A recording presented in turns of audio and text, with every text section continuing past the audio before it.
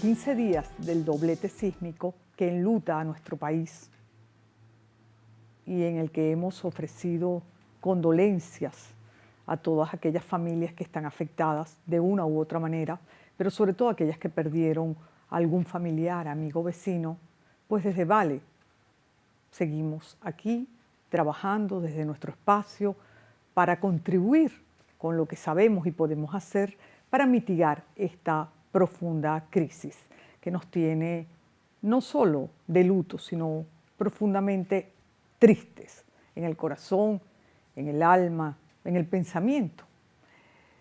Y desde nuestro espacio, que es la cultura, la educación y la información, pues intentamos aliviar un poco la incertidumbre. Y en ese sentido tenemos hoy con nosotros al destacado profesor, investigador, geógrafo y especialista en gestión de crisis, el profesor Antonio Delicio, a quien hemos tenido en otras oportunidades. Pero justamente quiero que converse con nosotros, tener esta conversación con él, para poderles dar un poco más de conocimiento útil que aminore la incertidumbre. Vamos a hablar de los riesgos primarios y secundarios, vamos a hablar topográficamente de por qué en La Guaira y en Caracas sentimos mucho más las réplicas, por cuánto tiempo, qué significan estas réplicas y así una serie de inquietudes que tanto ustedes como yo podemos tener a estos 15 días del doblete sísmico. Acompáñenme, por favor.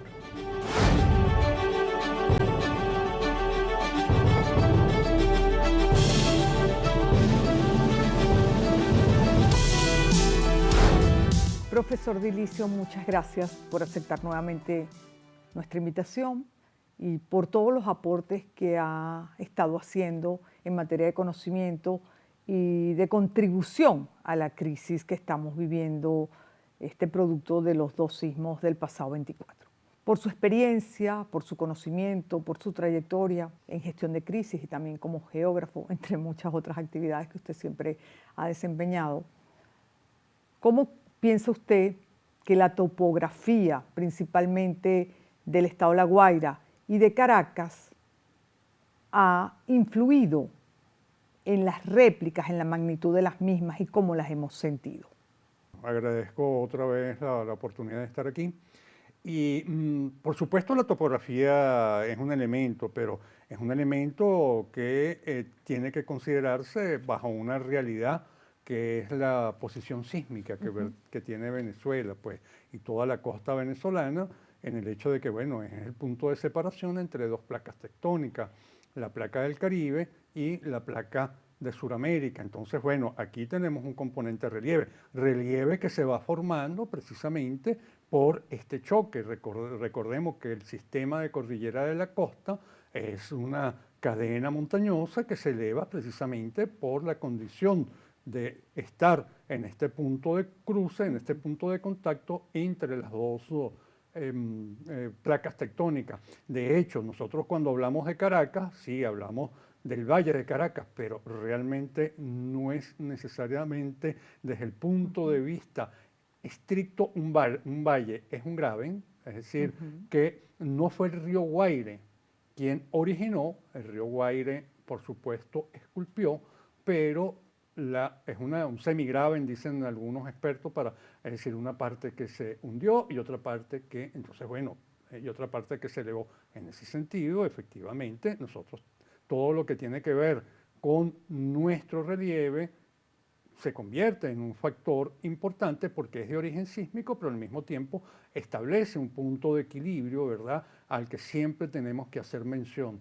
Lo muy importante en este caso, además del relieve, son nuestros ríos, porque recordemos que la zona más afectada en este momento son donde hay un gran depósito de sedimentos, por un lado, que es en la parte de Caracas, ¿verdad?, en la vertiente sur del Ávila, y en la vertiente norte, lo que son los abanicos fluviales. Entonces, sobre esa base tenemos un componente que, claro, tiene que ver con el relieve, pero un relieve mesopotámico, para decirlo de alguna manera, cruzado mesopotámico, porque además lo decía Humboldt cuando estuvo en sus viajes equinocciales, que efectivamente Caracas se emplaza pues, sobre una zona cruzada por río. Entonces, relieve más río es un elemento a considerar, un factor a considerar, porque si bien no son el origen, ¿verdad? Pero en esta retroalimentación permanente entre geología, geomorfología, hidrología, siempre hay que pensar en que una cosa va llevando a la otra y tenemos que hacer una buena lectura, cosa que no hemos hecho Eso todavía. sería fundamental cuando uno haga planificación de riesgo, porque Claro. ya sabemos que lo que usted está diciendo es un factor a tomar en cuenta súper principal. Pero yo le preguntaba por Caracas y le preguntaba por La Guaira, porque es lo más inmediato, es lo que tenemos aquí. Pero las réplicas han seguido y mientras estamos grabando esta conversación han sucedido 960 réplicas. Y esas réplicas no solo han sido en Caracas, que se han sentido o se han producido en La Guaira, también hemos visto en San Felipe, el estado Carabobo fue afectado, el estado Aragua y Falcón. ¿Cuál es el riesgo en esos otros estados? Bueno, el riesgo porque recordemos que estamos en un sistema de falla, pues estamos entre la falla también Oriente, pero han habido menos reportes y menos registros, a pesar de que no ha ocurrido con... Nosotros tenemos un sistema de falla que va de Oriente a Occidente, ¿verdad? Desde el Pilar hasta Boconó, Boconó ya en los Andes. Entonces, entre Pilar y Boconó tenemos la falla de San Sebastián. Tenemos que es una falla que recibe su nombre de San Sebastián de Maiquetía. Entonces, bueno, es el epónimo precisamente del santo patrono de Maiquetía. Esa falla cruza y nos llega, bueno, y después se interconecta en el estado Aragua con la falla de la Victoria. Nosotros estamos cruzados por un sistema de falla. Claro, los geólogos, los geógrafos, los especialistas nos han estado explicando posteriores al 24. Pero yo me pregunto si nosotros como país, desde el punto de vista de la educación, de la información, que es vital, estábamos realmente al tanto de todo esto que usted está explicando con tanto detalle. Estábamos mucho más al tanto en 1967 después del sismo. ¿A qué atribuye usted eso? Vamos perdiendo, es decir, a nivel colectivo hemos perdido memoria histórica, pues, ¿no? Y siempre el sismo lo veíamos como algo pasado y no nos metimos suficientemente en toda la historia sísmica. Es decir, de 1641, el primer sismo, han venido ocurriendo en Caracas y La Guaira 2, 3, 4, 5, y esto es el 24, 7 sismos. Es decir, caramba. Es bastante y nosotros hemos perdido. Y el deslave de Vargas en el año 99 nos hizo pensar exclusivamente en términos de deslave. Y nos olvidamos que, bueno, es un deslave, pero que también sigue siendo una zona sísmica. Entonces, hay multiamenazas en donde estamos emplazados. Tiene que ver precisamente con la ocurrencia de deslaves y todo lo que puede ser lo que el río origina, pero tenemos deslizamientos, derrumbes y terremotos. Pues. No, es multifactorial. ¿No? Y multiamenazas, pues Claro. Caracas está multifactorial. Bueno, de hecho, estos días que ha estado lloviendo, Sí. pues la gente tiene una preocupación adicional. Claro. Observa con detenimiento nuestro Ávila y dice, caramba, hay algunas paredes que están frágiles. Es importante decir que lo que se ha evidenciado hasta ahora en el Ávila es diaclasa, es una fractura, pero que no es falla. Eso es importante que usted lo diga. No es falla. Entonces hay fracturas, hay separación, pero no hay dislocación, ¿verdad? Entre los bloques. No es que uno esté por encima del otro, ni que uno esté más a la izquierda donde debería estar con respecto al otro, más adelante o más atrás. Entonces eso no ocurre. Y por el otro lado, oye, claro, podemos pensar en que efectivamente eso aumenta el riesgo hidrometeorológico, pero este es un año un año niño, que para nosotros en el Pacífico, en el Caribe, quiere decir que va a llover menos. Recordando el deslave del año 1999, nosotros veníamos de un año niña, Sí. donde llovió copiosamente, tanto en Caracas como en el litoral. O sea, el riesgo de un deslave, eso no quiere decir que no haya deslizamiento, Sí, que pero es bueno que usted lo diga. puede haberlo, pero pensar en un deslave es complicado. Yo estuve viendo en las redes, efectivamente, sí, en el Pico Occidental se habla tomaron fotos de la fractura que hay en la montaña, pero son fracturas que son diaclasas y que sobre esa base hay que preocuparse, pero no para en tanto que falla, y el deslave es un evento muy poco posible porque no existe la cantidad de lluvia, tendría que llover como llovió en el año 1999, que fue copioso. Estamos Y hablando tendría, de un evento en diciembre, pero estuvo lloviendo todo el año. tendríamos que también haber aprendido un poco de ese momento, lamentablemente. Y eso espero que lo tengamos conscientes porque en algún momento podría volver a ocurrir. Por lo mismo que usted está explicando de cómo es nuestro territorio. Fíjese, profesor, ¿por qué ocurren las réplicas y hasta cuándo podemos esperar réplicas?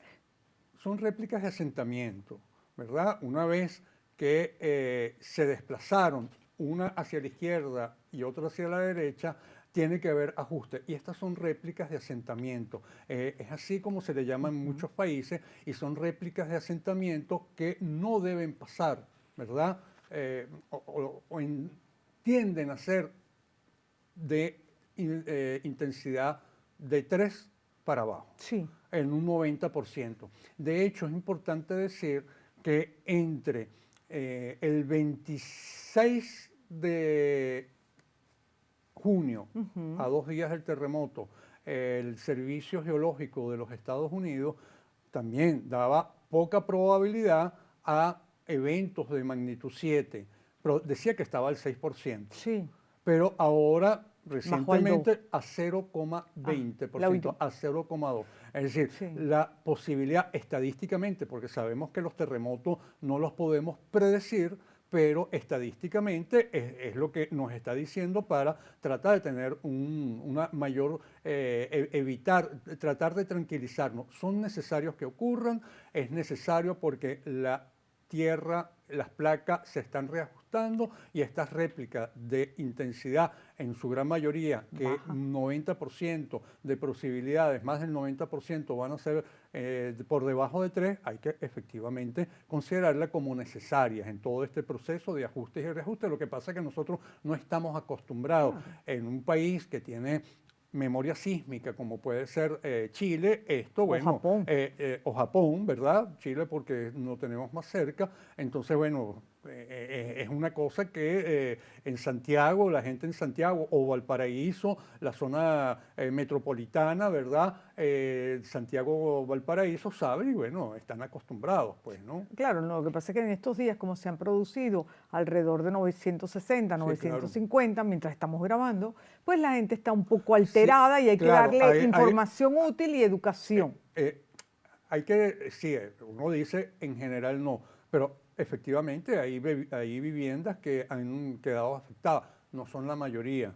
Sí. Las únicas estadísticas que tenemos a la mano es la del municipio Chacao. De 600 edificios, de 600 edificaciones que se han evaluado desde el punto de vista estructural, resulta ser que sí, el 6%, un poco menos del 6%, alrededor de 36 edificaciones están en grave riesgo, es lo que le han puesto en su semáforo el rojo. Hay unas 100 aproximadamente, un 15% más que están de cuidado, pero el resto, estamos hablando del 80%, ¿verdad? El 78% está fuera de peligro, de acuerdo al diagnóstico, porque es lo que hay que hacer en Sí, estos momentos, diagnóstico. ¿verdad? Un diagnóstico, pero que vayan los ingenieros estructurales Claro. para revisar cada caso. Porque yo me pregunto, debe haber un riesgo secundario, de acuerdo a Por cómo es nuestra supuesto. geografía, nuestros suelos, cómo hayan quedado además las edificaciones, tenemos que prever que puede haber riesgo Sobre todo, secundario. es decir, cuando uno habla de riesgo, habla de amenaza más vulnerabilidad. Entonces, la amenaza, sabemos que efectivamente es muy poco probable que se repita de 0,2, es lo último que dijo el Servicio de Geología de Estados Unidos, 0.2, no está diciendo que es nula, pues estamos hablando del 0.2. Sí. Ahora, la vulnerabilidad sí ha aumentado, porque entonces la vulnerabilidad es humana.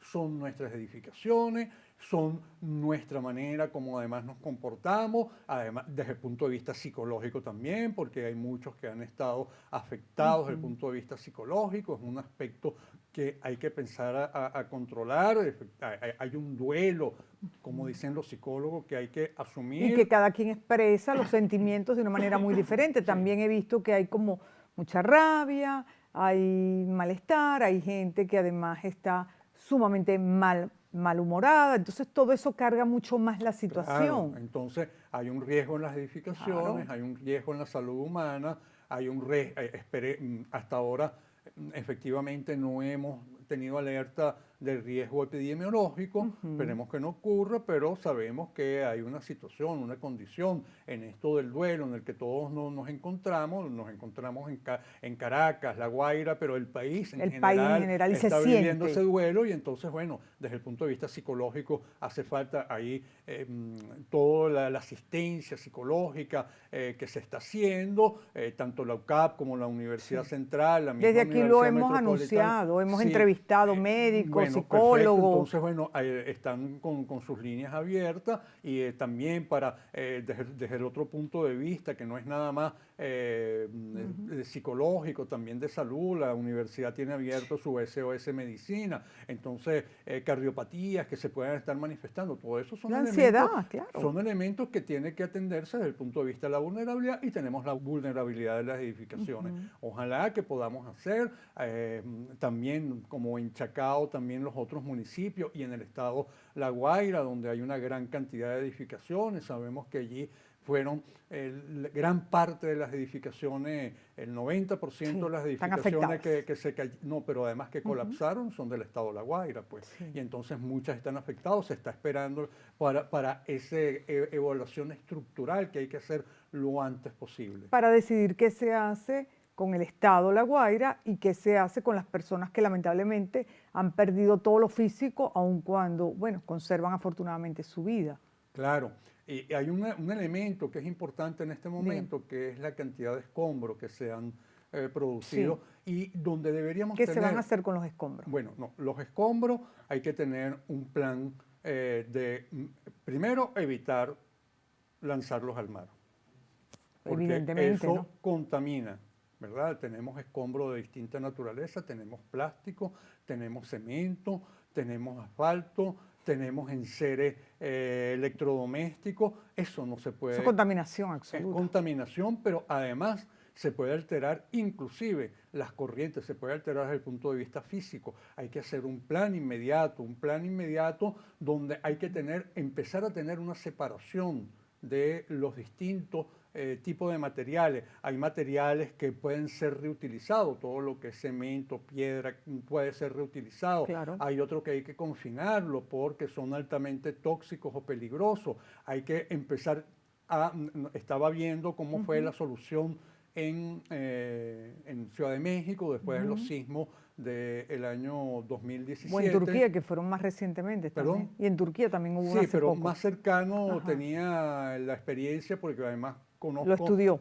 Sí, Okay. entonces bueno, ahí se concentró en dos sectores de la ciudad, la Condesa y Roma, que están en el centro de la ciudad, pero entonces ¿qué hicieron? Tuvieron que abrir sitios no más de 20 kilómetros distantes del sitio de ocurrencia de los terremotos, ¿verdad? Del terremoto, en este caso del 2017, y una vez separado, ¿verdad? Los tipos de escombros, llevarlo y reutilizarlo, tener un plan, claro. un plan ya con las empresas que pueden reutilizar lo que son los pétreos, ¿verdad? Los que pueden ser reutilizados para construcción, inclusive reconstrucción de la propia. Entonces, bueno, hay que muy útil su conocimiento. Ojalá se esté haciendo así o escuchen lo que usted está sugiriendo, claro, que es lo que ocurrió post terremoto en México.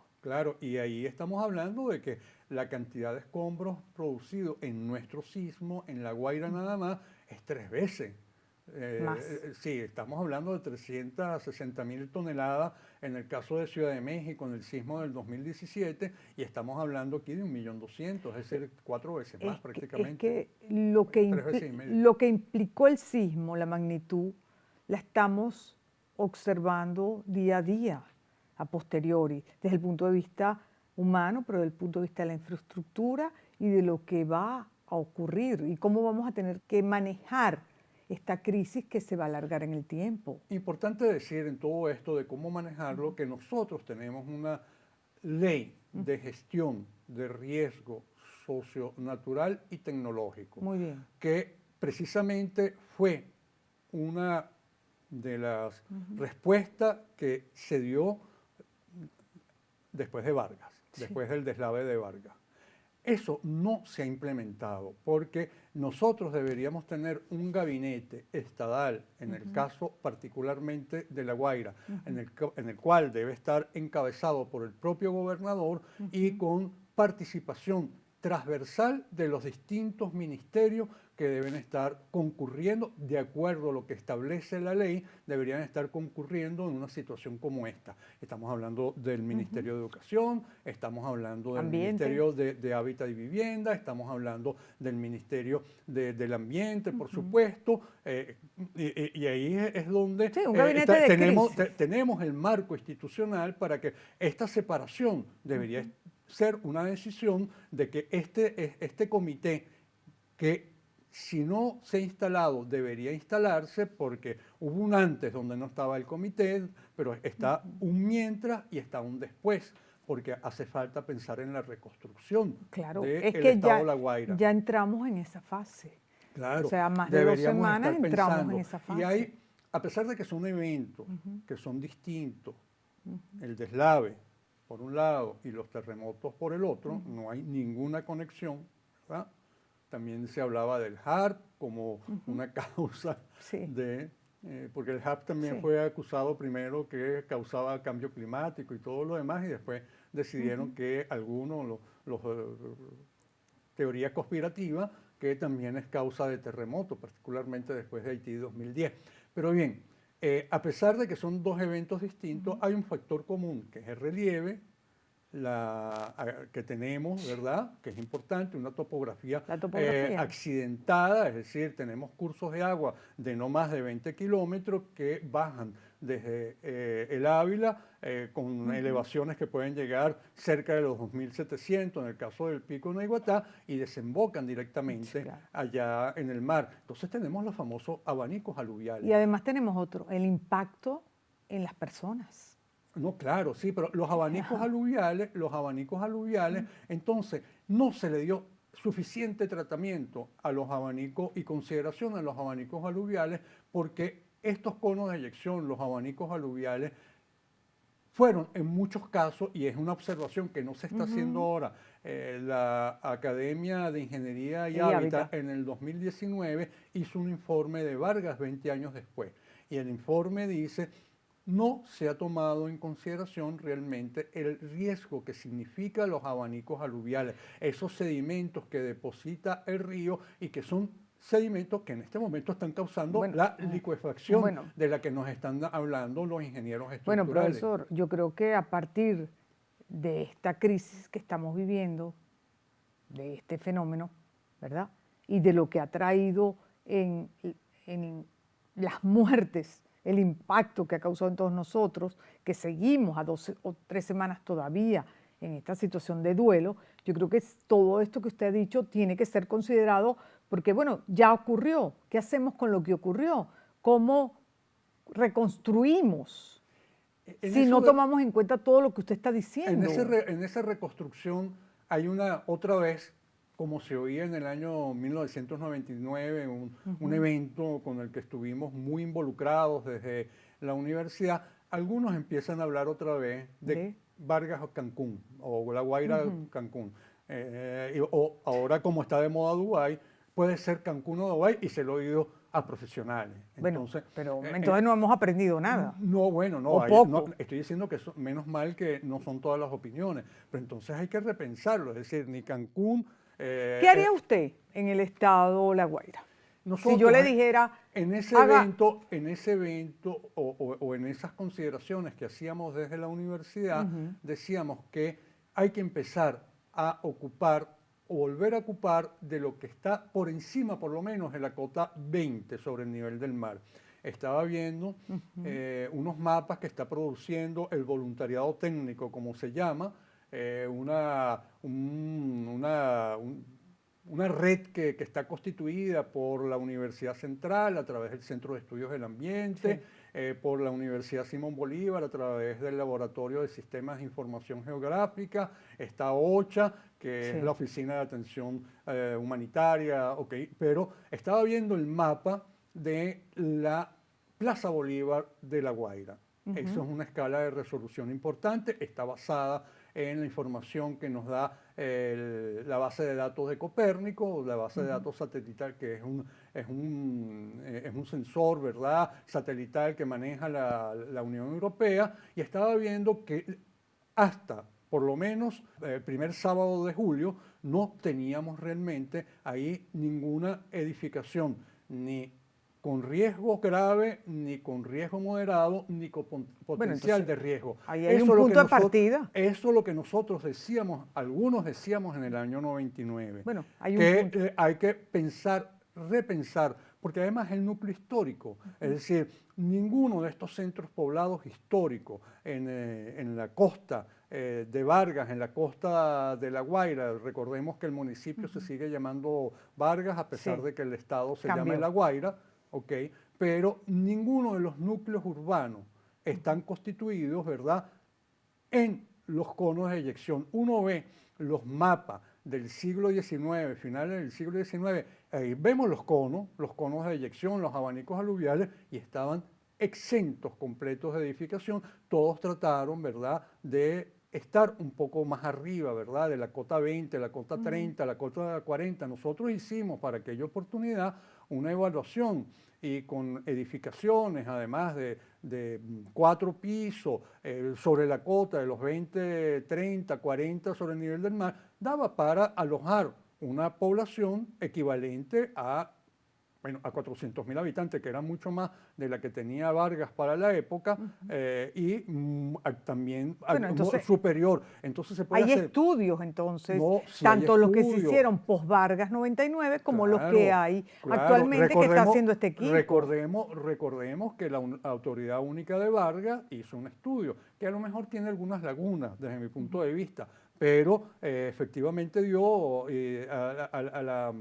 a la visión de lo que estaba ocurriendo. Profesor, volviendo a los riesgos secundarios, hemos visto alcaldes que han estado al lado de sus comunidades y sus municipios desde el primer momento atendiendo la emergencia primaria, pero también los riesgos secundarios. Eso lo hemos visto, yo particularmente lo puedo decir porque lo he visto en Chacao y he de decir que he visto al alcalde con su gente. No puedo hablar de otros municipios porque ahí es donde yo vivo y me parece que eso es lo que se tiene que hacer en gestión de crisis de manera inmediata.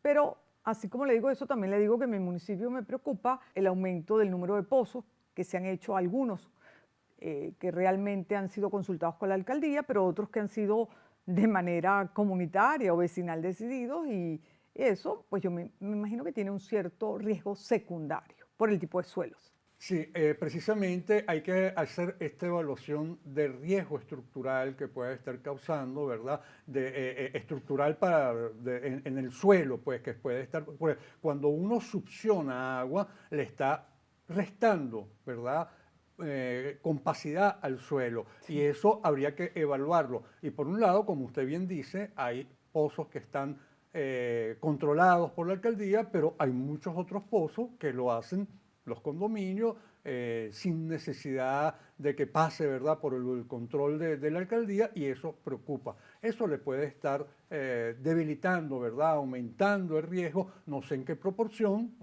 Pensando en el futuro. No podemos alertar, ¿verdad?, innecesariamente, pero es conveniente que, ya que se está haciendo, a pesar de que no está dentro de las normas Covenin, pero sí debe estar dentro del plan de gestión de riesgo que debe tener un municipio como el de Chacao. Realmente evaluar tanto en todos los pozos y en los que potencialmente se puede abrir, cuál es el riesgo geotécnico, si es que lo hubiese. Yo quisiera aprovechar este momento, además, obviamente, su conocimiento en materia geográfica, de gestión de riesgo, es muy impresionante, ya se lo he dicho en otros programas. A veces uno no tiene ni que preguntar, sino simplemente escuchar su conocimiento transversal. Y yo me pregunto, ¿a dónde podríamos reunificar a estas familias, ubicar a todas las personas que han perdido no solo seres queridos, sino también su vivienda? ¿Dónde diría usted que es una zona desde el punto de vista de la topografía adecuada? Más allá de todas las consideraciones que uno tenga que hacer, cómo se integra la gente, los colegios, las universidades, porque son muchos factores. Pero digamos en un primer momento, ¿qué zonas topográficas usted cree que le facilitarían la vida a esta gente? Bueno, recordemos que nosotros vivimos en el área metropolitana de Caracas, pero que es una figura que hay que entenderla en toda su dimensión. Uno tiene que hablar de Caracas como una gran región metropolitana donde hay que incorporar, por supuesto, el estado La Guaira, hay que incorporar el estado Miranda en su totalidad. No son nada más los 4 municipios que hacen parte del área metropolitana de Caracas. Han sido afectadas, también Valles del Tuy, Guarena, pero hacia allá tenemos posibilidades. ¿Perdón? Higuerote no fue Sí, afectada. no, bueno, seguramente fue afectada, pero tenemos mejores condiciones para pensar. Y ahí hay que salir de esa visión de las ciudades dormitorio. Todas estas ciudades, cuando uno habla de los Valles del Tuy, cuando uno habla de Guarenas, Guatire, tiene posibilidades de generar empleo, tener ciudades completas, no ciudades dormitorio, porque una ciudad dormitorio es una ciudad incompleta, donde Totalmente. usted va nada más a dormir, sabiendo, pareciera que la ciudad es nada más como habitáculo, ¿no? Para descansar y después levantarse, llegar tarde, después con las dificultades que hay de desplazamiento, levantarse muy temprano.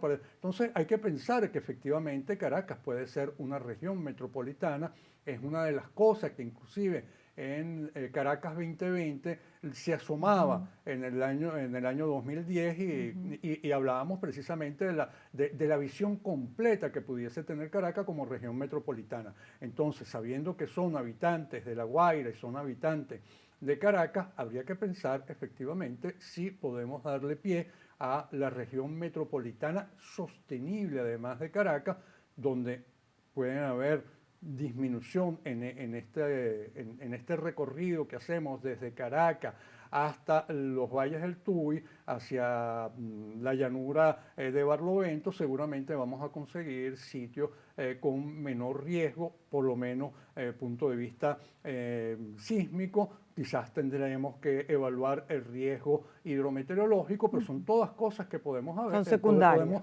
podemos evaluar, pero si hablamos de reubicación, tendríamos que pensar allí. Inclusive también en el propio estado La Guaira, si consideramos la posibilidad de pensar no en la línea de costa, sino en la línea que están por encima de los 20, 30 metros sobre el nivel del mar, pudiese existir la posibilidad de hacer una intervención urbanística de vivienda sobre esa costa. No hacer lo que se hizo, que muchas viviendas fueron construidas donde en los sitios, después del deslave, en los sitios donde Había no debieron muchísima haberse fragilidad. construido, porque ya teníamos la llamada de atención de los conos de deyección, de los abanicos aluviales, que no fue considerado en toda su magnitud. El plan de ordenamiento de Vargas, que fue sometido a consulta en el 2015, sí hablaba de la necesidad de introducir la variable riesgo como una medida de ordenamiento del territorio. Sin embargo, no se logró precisar. Se dijo que se tenía que tener un plan, identificar las zonas de riesgo, pero no se completó. Bueno, profesor, muchas gracias por brindarnos todo el conocimiento, toda su sabiduría y ojalá caiga en terreno fértil todo lo que usted nos ha dicho para que se tomen medidas en adelante y, bueno, se minimice el riesgo ante cualquier fenómeno natural que pueda ocurrir, como dice el profesor, bien sea en los próximos años o décadas otro terremoto, o bien sea un deslave, por toda la fragilidad que usted ha hablado de nuestros territorios, especialmente Caracas y La Guaira, pero todo lo que ha hablado de las fallas. Así que yo le agradezco mucho nuevamente su disposición a venir a conversar. Tan solo Sí. un último elemento, y es que precisamente esa ley del año 2009 de gestión de riesgos socionaturales y tecnológicos llama al Estado a convocar no solamente a los entes públicos, privados y por supuesto al sector conocimiento, donde uno tiene que decir se ha tratado de tener una continuidad a pesar de que todavía no ha sido incorporado de la manera como muchos esperamos que pueda ser incorporado el riesgo en la zonificación de las ciudades. Muchísimas gracias. Gracias, amigos, por habernos acompañado durante esta magnífica conversación que pudimos aprovechar al profesor Dilicio y todo su conocimiento. Gracias.